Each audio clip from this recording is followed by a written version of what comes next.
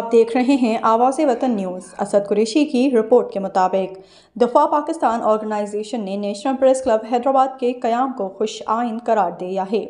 دفاع پاکستان آرگنائزیشن نے حیدرآباد میں نیشنل پریس کلب کے قیام کو خوش آئند قرار دیا ہے، جبکہ نیشنل پریس کلب حیدرآباد کے صحافیوں کو مبارکباد دینے کے لیے دفاع پاکستان آرگنائزیشن کے وفد نے نیشنل پریس کلب کا دورہ کیا۔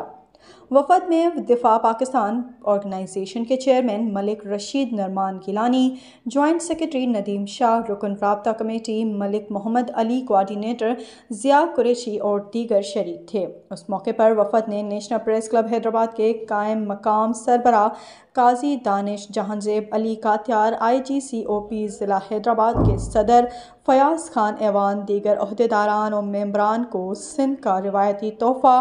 سندھی اجرک پھولوں کی مالائیں گلدستہ سندھی ٹوپی پیش کیں۔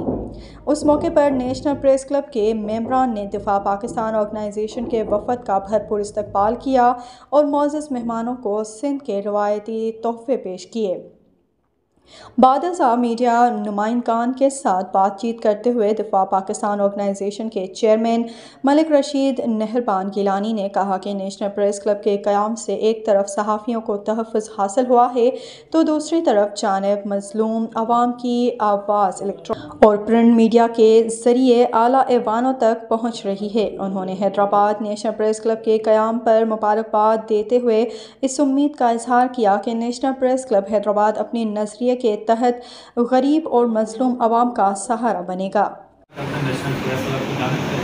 تمام اراکین کی جانب سے کہ اسی طریقے سے آپ لوگ نیشنل پریس کلب حیدرآباد کے صحافیوں کی حوصلہ افزائی کرتے رہیں گے،